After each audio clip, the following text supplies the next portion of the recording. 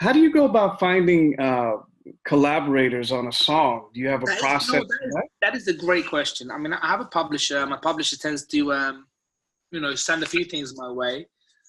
But I'm always on that, actually. Recently, I've been just mailing people, messaging people, calling people. Again, it's work. You have to get out there and tout yourself and say yourself and have good people around you who believe in you and believe in what you do and support you. And, it doesn't hurt. Don't be too proud to send an email to someone who you're a fan of and be like, I love what you do. Let's make some music. There's no time to be too cool in the music industry. Oh, that's great. I imagine that that's something that you've done. Have you ever reached out to someone you really admired and were surprised to want to work with you? Yeah, sure. I won't tell you who it was, but sure. That's great. That's great.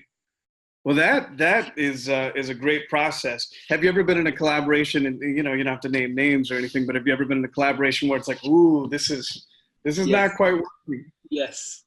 And those songs never get released. They're in a vault somewhere. Yeah. That situation, and it's happened more than once. What do you do in that situation? You just say like, look, it's not really a jam, is it? And then you have to be honest. You have to be honest with yourself and with the people you're working with. People are very scared of that honesty. They'd rather usually seem to be very positive to a person's face than be like, this is terrible. But it's easier to just sort of ghost somebody than to actually say and be honest, like, I don't think this is really for me. Yeah. Yeah. Yeah, the key is, I guess, just communication and everything.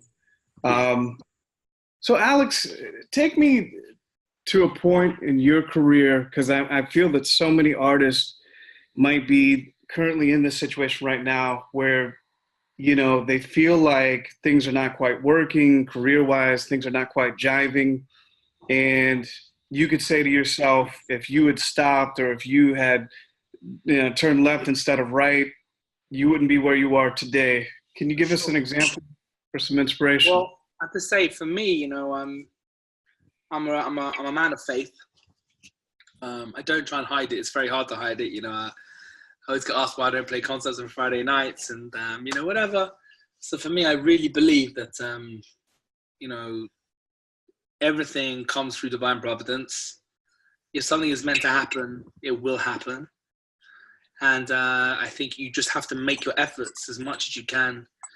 Try and think tactically, try and make contacts, try and do as many gigs in the sessions as you possibly can.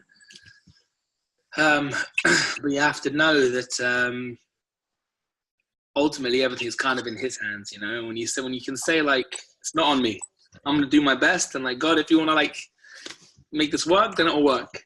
And I think it's a very humbling experience and a very pragmatic approach to it, because it's if you love music and you want to make a career and pursue it, there will be days that are very frustrating. There may be months, or God forbid years, that are very frustrating. But really, you have to say like, everything's in the hands of heaven. And that for me has always been the biggest comfort, the easiest way of dealing with everything, because it's for me, it's 100% true. And all the good comes from him and all the negative things come from him as well. So it's all good.